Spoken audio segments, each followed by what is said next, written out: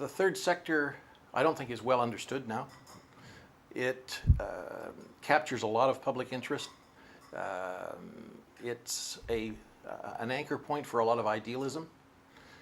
I don't think, certainly in Canada and in North America, I don't think that the third sector has done a good job at all of making the case for why it is so important and so influential, because its importance and its influence are exercised in very subtle and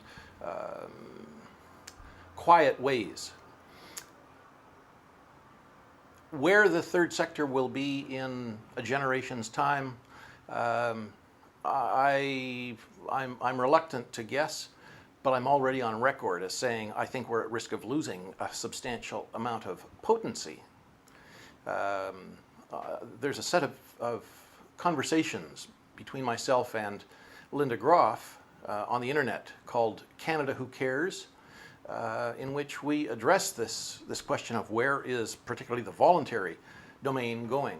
And we're very uneasy about the way things are shaping up, certainly in Canada. Not only the direction of change in volunteering, which is volunteering is changing in its character, but it's showing downward drift in its incidence as well. But the social conditions which would foster volunteering are weakening or disappearing as well. I think what's happening to the third sector and in the third sector is very much a signal about the direction of change in our society, more broadly. And can you tell me where you see those changes, what you see those changes as being? I believe that the culture of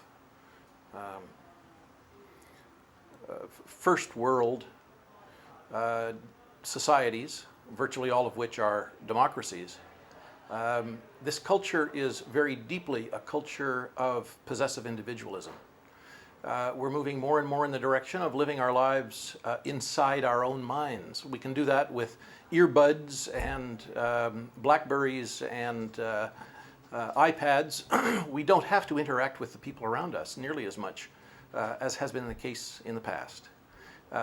We're more interested, and we have a fair number of surveys, robust surveys, to tell us that people are more concerned now with whether they can afford a bigger home or a larger number of leisure, call them toys, or more time for holidays than they are with the welfare, the well-being of their neighbors, particularly their neighbors who aren't necessarily living next door, but they're in the same community and they're not well off.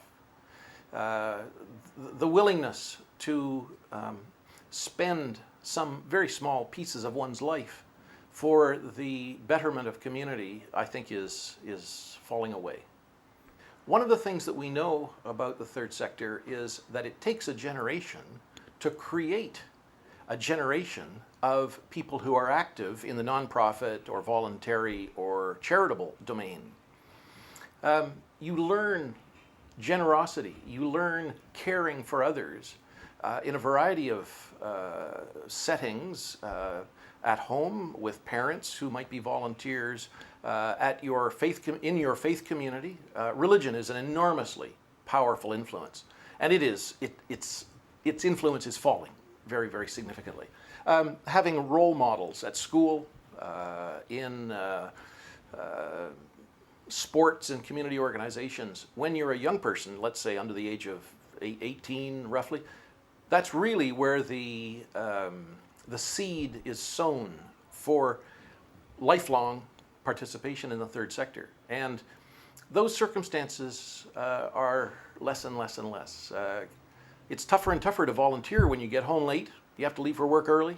Your children don't see you as often helping other people. And your children think, well, it's fine to stay at home and play with my electronic games or watch TV or whatever, as opposed to, yeah, I should be out helping in that organization down the street that deals with whatever, but having to do with the community good. The jury is still out, in my view, on corporate social responsibility. It can only be thought of as a good thing, but I think that sometimes it's a veneer, it's a patina. It's really quite astonishing that we speak of and we see corporate social responsibility today compared with the way in which corporations behaved 3 generations ago. On the other hand, it's possible to have a lot talked about today by, let's say, a large petroleum company which advertises its corporate social responsibility and at the same time does enormous damage to the environment or has extreme profits. I am, shall I say, I'm pleased, but I'm not strongly idealistic about where corporate social responsibility will take us. But as we say, one doesn't look a gift horse in the mouth. It's good that it's here. It will be good if it is fostered and made more and more consequential. I think we're going to drift in that direction. How far? Don't know yet. It really is. The third sector is fundamentally a grassroots domain of our society. And within that sector or domain, there is a civic core. There is a small percentage of individuals who are enormously active, and they are very, very influential change agents without trying to be, without thinking about it, but they're enormously effective. And that's one of the ways, by the way, I think that we could be fostering more